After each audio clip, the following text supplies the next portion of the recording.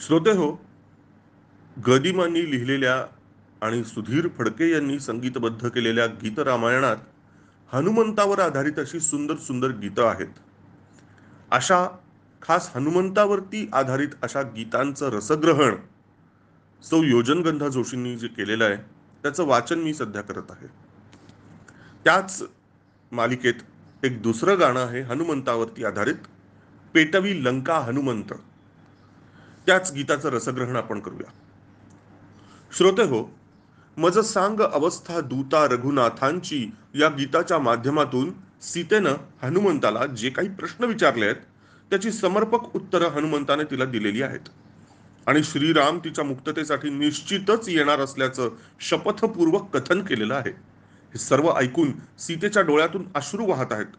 श्रीरामांना ओळख पटावी म्हणून सीतेनं आपला एक मणी सुद्धा हनुमंताच्या स्वाधीन केलेला आहे. तसं पाहता सीतेला घेऊन जाण्यास स्वतः हनुमंतही समर्थ आहेच, पण सीतेसाठी तो परपुरुष आहे आणि परपुरुषाच्या स्कंधावर बसून जाणे योग्य नाही. माझी सुटका रामांनीच केली पाहिजे असे सीतेने निक्षून सांगितले. तेव्हा विवेकी विचारी हनुमंतालाही ते पटले. तिचा निरोप घेऊन हनुमंत आता तिथून निघालेला आहे. जाता जाता सहजच त्याच्या मनात विचार आला की या राक्षसांचं बळ नेमकं आहे तरी किती, हे एकदा आजमावून बघावं. या विचारासरशी त्याने अशोकवन उद्ध्वस्त करून टाकण्यास सुरुवात केली. त्या सुंदर वनातील प्रचंड वृक्ष वेली सर्व मुळासहित उपटून टाकण्यास सुरुवात केली. सगळीकडे हाहाकार माजवून सोडला.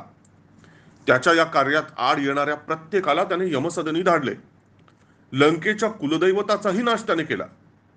तेव्हा रावणपुत्र इंद्रजिताने त्याला ब्रह्मास्त्रात बद्ध केले आणि रावणाच्या समोर उभे केले. रावण अत्यंत क्रोधित झालेला होता. त्यांनी हनुमंताला ठार मारण्याचीच आज्ञा आपल्या सैनिकांना दिली. पण रावणाचा भाऊ बिभीषण हा अत्यंत विवेकी आणि विनयशील होता.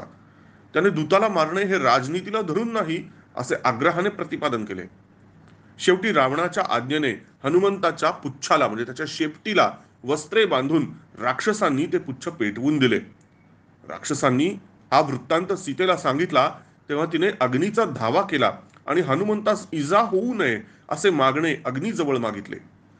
पेटत्या पुच्छानिशी हनुमंत रावणाच्या राज्यसभेतून उडाला आणि त्याने सर्वत्र एकच हाहाकार उडवून दिला. आणि रावणाने स्वतःच्या हाताने स्वतःची लंका जाळण्यासाठी हनुमंताच्या स्वाधीन केली होती जणू काही.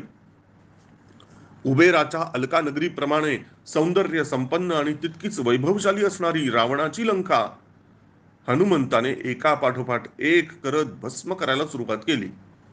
त्याने आकाशामध्ये उडी घेतली आणि तो ते पेटते पुच्छ घेऊन सगळीकडे फिरू लागला. त्यावेळेला त्याच्या या शौर्याचे वर्णन करताना कुशलव म्हणत आहेत, लीलया उडुनी गगनात, लीलया उडुनी गगनात पेटवी लंका हनुमंत. नगाकार घन दिसे मारुती, विजे परी ते पुच्छ मागुती. नगाकार घन दिसे मारुती, विजे परी ते पुच्छ मागुती. आग वर्षवी नगरी वरती, गर्जना करी महावात पेटवी लंका हनुमंत. श्रोते हो, हनुमंत हा कोणी साधासुधा कपी नाही. त्यामुळे त्याने हा हाहाकार माजवताना अत्यंत विराट रूप घेतलेले आहे. तो एखाद्या भरून आलेल्या पावसाळी मेघासारखा प्रचंड दिसत आहे आणि त्याचे पुच्छ जे अग्नीने भडकलेले आहे ते त्या प्रचंड मेघावरील एखादी विजेची रेष कडकडत आहे असा भास होत आहे.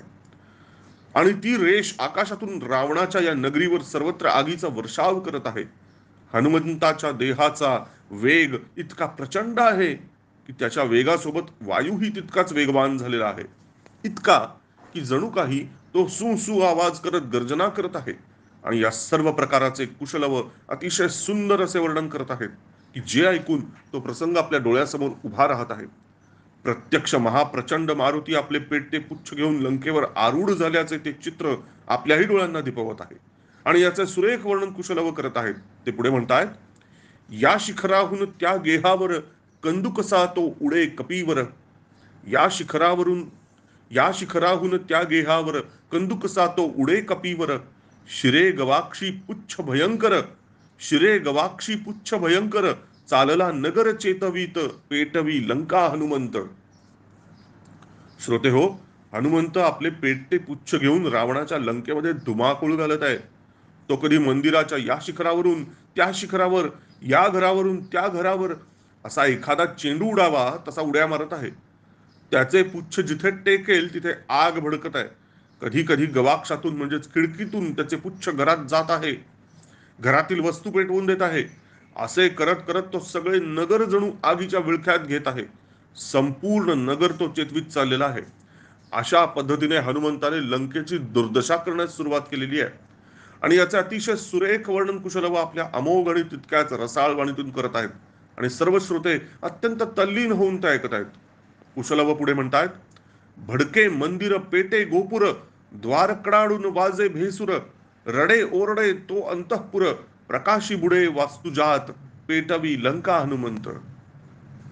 रावणाची लंका ही अतिशय वैभव संपन्न सौंदर्यशाली आहे. तिथे सुंदर सुंदर मंदिरे घरे आहेत.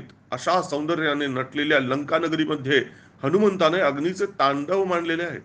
त्याच्या सर्वत्र उड्डाणाने मंदिरांनी पेट घेतलेला आहे. इतकेच काय तर मंदिराच्या समोरील मुख्य दरवाजा म्हणजेच गोपुरही पेटून भस्मसात होऊ लागले आहे. जळत असताना मंदिरांचे घरांचे दरवाजे भेसूरपणे कडकडत आवाज करत आहेत. घरांमध्ये अंतःपुरांमध्ये एकच हाहाकार माजलेला आहे. घरातील स्त्रिया बालके जे अग्नीमध्ये अडकून पडलेले आहेत ते जोर जोरात रडत आहेत, ओरडत आहेत. अग्नीच्या प्रकाशामध्ये येईल ती प्रत्येक वस्तू त्या अग्नीमध्ये बुडून जात आहे, जळून भस्मसात होत आहे. असे एकंदरीतच अग्नितांडव लंकेमध्ये हनुमंताने मांडलेले आहे. याचे वर्णन करताना कुशलभ पुढे म्हणत आहेत, जळे धडधडा ओळ घरांची, राख कोसळे प्रासादांची, चिता भडकली जणू पुराची, राक्षसी करीती आकांत, पेटवी लंका हनुमंत. हनुमंताने एका घराला आग लावली तर त्याला जोडून असलेली सर्व घरे आगीच्या विळख्यात सापडून धडाधड जळत आहेत. मोठमोठे प्रासादही जळून खाक होत आहेत. त्या प्रासादांची कोणतीही खूण मागे राहत नाहीये. केवळ राखेचे ढीगच्या ढीग पडत आहेत. हे सर्व बघून असे वाटत आहे की जणू काही संपूर्ण लंकापुरीची चिता भडकलेली आहे की काय. आणि सर्व राक्षसी या या आगीच्या विळख्यात सापडून होणारा विनाश बघून मोठ्याने आकांत करत आहेत. असे महाभयंकर अग्नीचे तांडव लंकेमध्ये सुरू आहे, ज्याचे वर्णन कुशलव इतक्या ताकदीने करत आहेत की जणू काही ते तांडव आपल्या डोळ्यांसमोर घडत आहे असे सर्व श्रोत्यांना दिसत आहे. आणि कुशलव पुढे सांगत आहेत, कुणी जळाले निजल्या ठाई, जळत पळत कुणी मार्गी येई, कुणी भीतीने अवाक होई, ओळखी नुरल्या प्रलयात, पेटवी लंका हनुमंत. श्रोते हो, हनुमंताने लावलेली आग लंकेमध्ये सर्व दूर पसरलेली आहे. संपूर्ण लंका आगीच्या वेढ्यात सापडून भस्मसात होत आहे. अशा वेळी घरांमध्ये प्रासादांमध्ये निजलेले लोक जागच्या जागी जळत आहेत.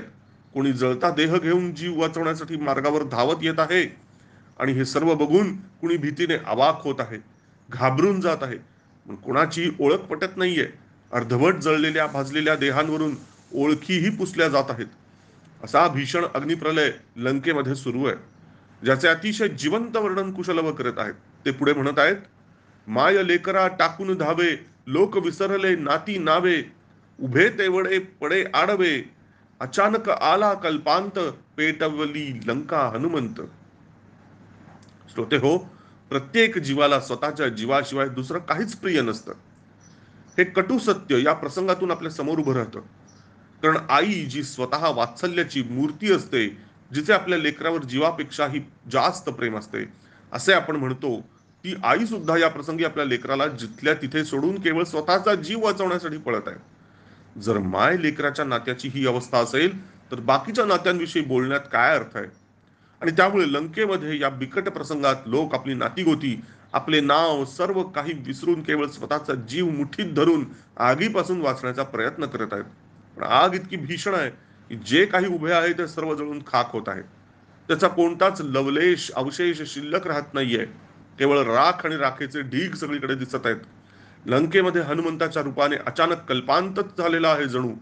कुबेराच्या अलकानगरीप्रमाणे संपन्न असलेली लंका पूर्णतः नामशेष होण्याच्या मार्गात आहे. याचे वर्णन करताना कुशलव पुढे म्हणतात, खडगे ढाली पार वितळल्या, वीर वृत्ती तर सदेह जळल्या, ज्वाळे माझी ज्वाळा मिळल्या, सघनता होय भस्मसात, पेटवी लंका हनुमंत. श्रोते हो, ही आग इतकी महाभीषण आहे की लंकेतील शस्त्रास्त्रे म्हणजेच खडगे ढाली त्या सुद्धा पूर्णपणे वितळून गेलेल्या आहेत. जर लोखंडाच्या वस्तूंची ही अवस्था असेल तर सजीवांची अवस्था काय असू शकते. या सर्व शस्त्रास्त्रांबरोबरच त्या हाताळणाऱ्या कुशलपणे चालवणाऱ्या वीरवृत्ती म्हणजेच सगळे शूरवीर पुरुष सदेह जळून गेलेले आहेत आणि उरल्या आहेत त्या फक्त अग्नीच्या महाभीषण अशा ज्वाळा. आता इथे ज्वाळे माझी ज्वाळा मिळाल्या या वाक्यात श्लेष अलंकार गदिमांनी केलेला आहे. ज्वाळे माझी ज्वाळा मिळाल्या म्हणजे सर्व काही भस्मसात होऊन केवळ ज्वालाच एकमेकांमध्ये मिसळल्या आहेत असा वरवरचा अर्थ तर होतोच, पण त्याचबरोबर वीरवृत्ती याही अग्निसारख्याच तेजस्वी असतात. जर या वीरांना मूर्तिमंत ज्वाळा असे संबोधले असेल तर त्या ज्वाळाही या अग्नीच्या ज्वाळेमध्ये मिसळून गेलेल्या आहेत असेही म्हणता येईल. आणि एकंदरीतच सर्व सघनता म्हणजेच प्रत्येक दृश्य वस्तू ही आगीच्या वेढ्यात सापडून जळून भस्मसात झालेली आहे. अशा भीषण महाभयंकर अग्निप्रलयाचे कुशलव आपल्या समोर वर्णन करत आहेत. ते पुढे म्हणतायत, वारा अग्नी अग्नी वारा, नुरे निवारा नाही थारा, जळल्या वेशी जळे पहारा, नाचतो अनल मूर्तिमंत, पेटवी लंका हनुमंत. श्रोते हो, लंकेमध्ये आता काहीच शिल्लक राहिलेले नाही. सर्व लंका जळून भस्मसात झालेली आहे. आता फक्त अग्नी आणि वारा यांचे तांडव सुरू आहे. हनुमंत हा वायुपुत्र असल्याने वायूने सुद्धा त्याच्या पुत्रा इतकेच रौद्र रूप धारण केलेले आहे. आणि अशा पद्धतीने लंकेमध्ये कसलाच निवारा, कसलाच थारा शिल्लक राहिलेला नाही. सगळ्या वेशी, सगळे पहारे जळून गेलेले आहेत आणि लंकेमध्ये केवळ मूर्तिमंत अनल म्हणजेच अग्नी स्वैरपणे नाचत आहे. अशी भीषण अवस्था लंकेची झालेली आहे. याचा अत्यंत सजीव चित्रण कुशलव यांनी आपल्या समोर या गीताच्या माध्यमातून केलेलं आहे. श्री सीतारामचंद्रार्पणमस्तु. जय जय हनुमान.